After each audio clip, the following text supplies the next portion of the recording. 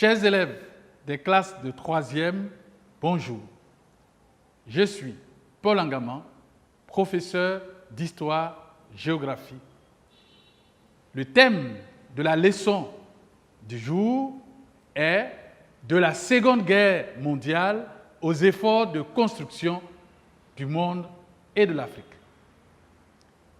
Pour aujourd'hui, nous verrons la leçon « L'Organisation des Nations Unies ». Pour y arriver, nous allons faire notre situation d'apprentissage. Lors d'une discussion concernant l'ONU, certains de tes amis de classe de la 3e affirment que l'ONU n'a jamais joué le rôle pour lequel elle a été créée. Ils ajoutent que c'est à juste titre que le général de Gaulle la traitait déjà de manchin en 1960. Tu n'es pas de cet avis.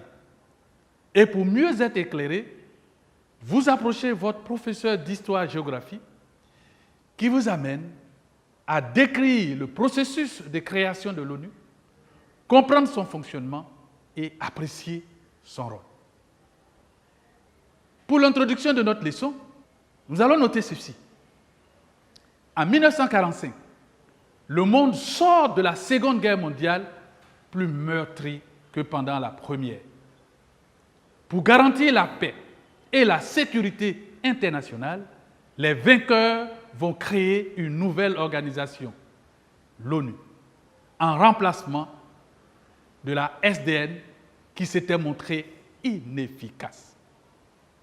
Comment a-t-elle été créée? Quel est son fonctionnement? Quel est son bilan après 75 ans d'existence?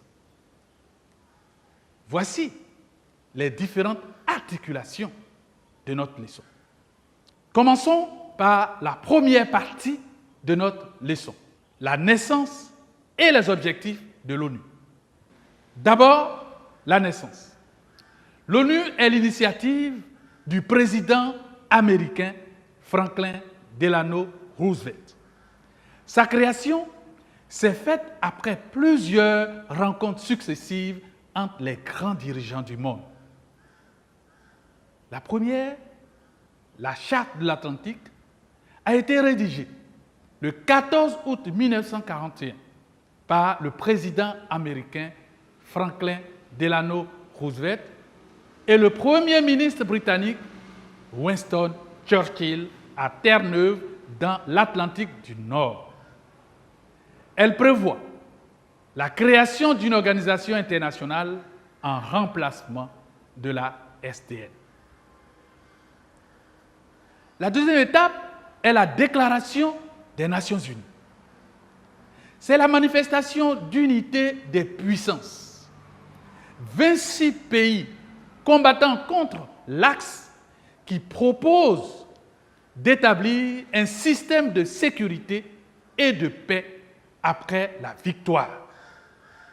Le nom de l'ONU vient de cette déclaration faite le 1er janvier 1942 à Washington. La troisième étape est la conférence de Moscou qui a eu lieu du 19 au 30 octobre 1943.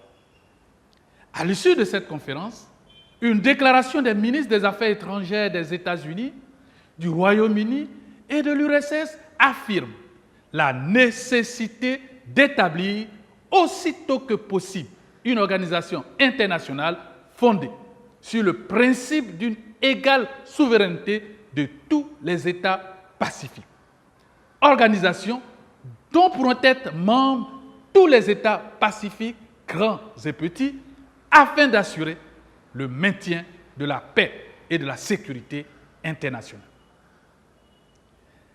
La quatrième étape est la conférence de Dumbarton Oaks du 21 août au 7 octobre 1944. Elle réunit les États-Unis, le Royaume-Uni, l'URSS et la Chine. Elle élabore les bases de la future organisation. La cinquième étape est la conférence de Yalta en Crimée dans l'ex-URSS du 4 au 11 février 1945. Cette conférence règle le problème du droit de veto des membres permanents du Conseil de sécurité qui sont l'URSS, la Grande-Bretagne, la Chine, les États-Unis et la France, soit 5 pays. Et la dernière conférence est la conférence de San Francisco du 25 avril au 26 juin 1945. Elle réunit 50 pays qui ont rédigé la Charte des Nations Unies, une charte de 111 articles, et l'ONU voit ainsi sa création le 26 juin 1945 et rentre en vigueur dès le 24 octobre 1945. À la fin de cette première partie, nous allons faire une petite activité d'application. Vous êtes prêts? On y va. Complète le test ci-dessous avec les groupes de mots ou dates suivants. 26 juin 1945. Conseil de sécurité. Maintien de la paix. Règlement pacifique. L'égalité souveraine. Nations unies. Sécurité internationale. L'expression est officiellement utilisée depuis le 14 août 1941 pour désigner la nouvelle organisation mondiale née à San Francisco. Son objectif principal est et de là, tous les membres de l'ONU obéissent au principe de, par l'intermédiaire du, l'ONU procède des conflits.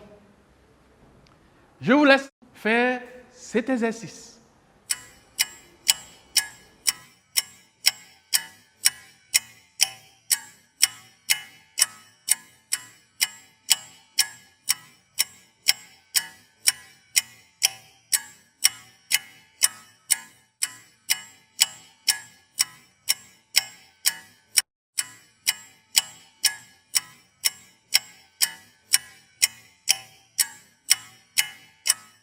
Je sais que l'exercice n'a pas été difficile, mais ensemble, faisons la correction. L'expression Nations Unies est officiellement utilisée depuis le 14 août 1941 pour désigner la nouvelle organisation mondiale née le 26 juin 1945 à San Francisco. Son objectif principal est le maintien de la paix et de la sécurité internationale. Tous les membres de l'ONU obéissent au principe de l'égalité souveraine par l'intermédiaire du Conseil de sécurité. L'ONU procède au règlement pacifique des conflits. Voilà. Si vous avez tout trouvé, alors bravo. Mais si vous avez fait quelques erreurs, reprenez l'exercice et c'est en forgeant que vous deviendrez forgeron. Après la naissance, voyons à présent les objectifs et les principes de l'ONU. Les objectifs. Selon l'article 1er de la Charte, l'ONU s'efforce d'être un lieu où se construit un avenir meilleur pour tous les êtres humains et à travers 4 objectifs. Le premier, le maintien de la paix et de la sécurité internationale. Le second, le développement entre les nations des relations amicales fondées sur le respect du principe de l'égalité des droits des peuples et de leur droit à disposer d'eux-mêmes.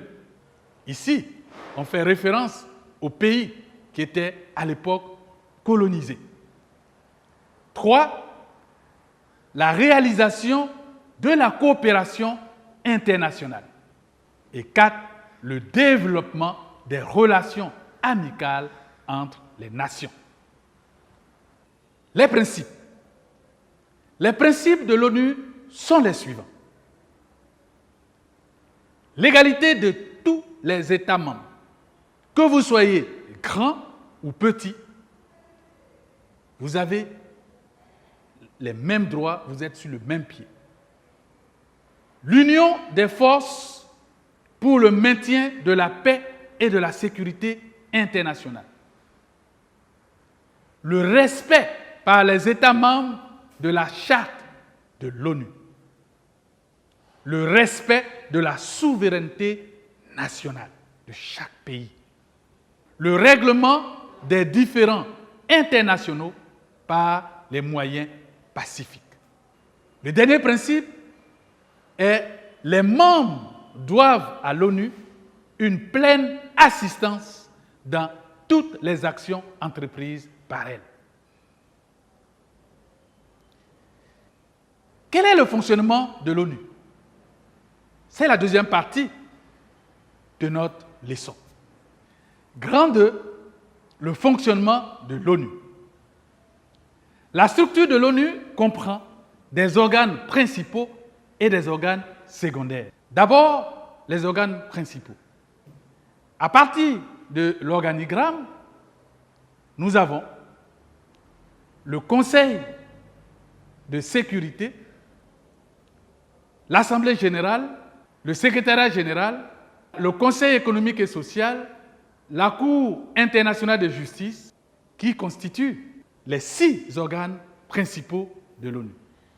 À présent, comment fonctionnent ces organes? D'abord, l'Assemblée générale. C'est l'organe de délibération de l'ONU. Elle est composée des représentants des 193 pays membres. Elle tient une session ordinaire chaque année entre septembre et décembre. Mais elle peut aussi avoir des sessions extraordinaires en fonction de l'événement du moment. Son rôle est l'admission des nouveaux membres, l'élection du secrétaire général tous les 5 ans, l'élection des membres des différents conseils, le vote du budget de l'organisation. Elle prend les décisions à la majorité simple pour des questions de procédure, mais à la majorité des 2/3 pour les questions importantes. Après l'Assemblée générale, nous avons le Conseil de sécurité. C'est l'organe exécutif de l'ONU. Il comprend 15 membres, dont 5 permanents. Qui sont ces 5 permanents? Nous avons les États-Unis, la Chine, la Russie, la Grande-Bretagne et la France. Les membres non permanents sont élus pour 2 ans. Les 5 permanents disposent du droit de veto. Qu'est-ce que le droit de veto?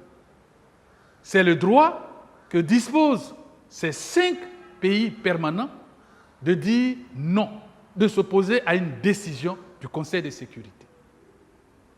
Le Conseil de sécurité arbitre les conflits, propose des solutions et des sanctions et peut même décider de l'envoi de casques bleus lorsqu'il y a un conflit armé, par exemple. Ces décisions sont des résolutions.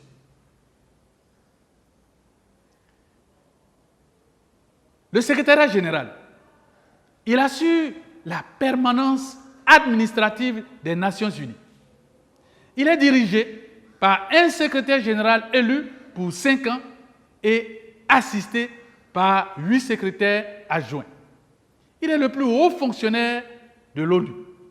Il gère, tenez-vous bien, 5000 fonctionnaires. Depuis sa création, l'ONU a été dirigée par 9 secrétaires généraux. Le premier, c'est Trygve Lie, le Norvégien. de 1946 à 1952, et l'actuel secrétaire général est Antonio Guterres, qui est un Portugais et qui gère l'ONU depuis 2017. Le Conseil économique et social, il est composé de 54 membres élus pour 3 ans par l'Assemblée générale. Il tient 2 sessions ordinaires par an. Il coordonne les questions de coopération économique et sociale. Il s'occupe de l'aide économique aux pays en voie de développement. La Cour internationale de justice, c'est l'organe judiciaire des Nations unies. Elle a son siège à La Haye, en Hollande. Il comprend 15 juges élus pour 9 ans par l'Assemblée générale et le Conseil de sécurité. Elle a pour rôle de donner son avis sur les questions judiciaires. Elle juge les litiges internationaux dont elle est saisie. Le Conseil de tutelle, il est chargé de l'administration des territoires placés sous tutelle. Il a beaucoup œuvré pour la décolonisation des États africains, par exemple. Il est composé de 15 membres élus. Mais aujourd'hui, ses activités sont quasiment suspendues. Et il ne se réunira qu'en cas de situation exceptionnelle. Venons-en aux organes secondaires. Nous avons 2 types. Les institutions spécialisées et les organes subsidiaires. Concernant les institutions spécialisées, ce sont les organismes intergouvernementaux indépendants de l'ONU qui font partie du système de la coopération internationale. Ces organismes jouent un rôle important dans les domaines financiers, alimentaires, sociaux et techniques. On peut citer parmi ces organismes le Fonds monétaire international, la Banque mondiale, l'Organisation mondiale de la santé, l'Organisation internationale du travail, l'Organisation mondiale du commerce, etc. Les organes subsidiaires, ils sont créés à mesure que leurs nécessités se révèlent et dans le cadre des compétences de l'ONU.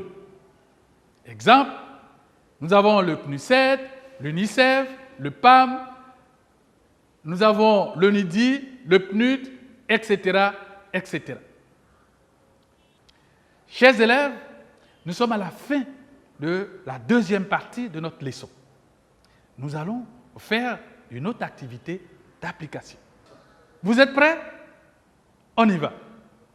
Entoure parmi les propositions suivantes les principaux organes de l'ONU.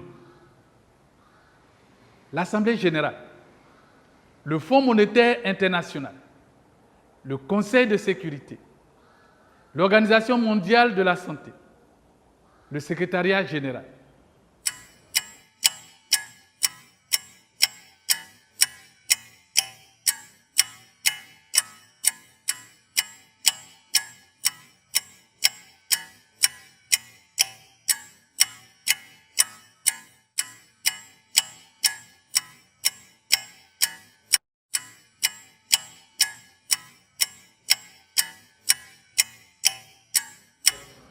Nous sommes maintenant à la correction. Je sais que vous avez fait le maximum pour tout trouver. On y va. Les organes principaux de l'ONU sont l'Assemblée générale, le Conseil de sécurité, le Secrétariat général. Si vous avez trouvé les 3 réponses, alors bravo. Mais si vous ne l'avez pas trouvé, sachez que vous pouvez encore reprendre l'exercice. Nous sommes à la fin de cette première séance. Prenez soin de vous et à très bientôt.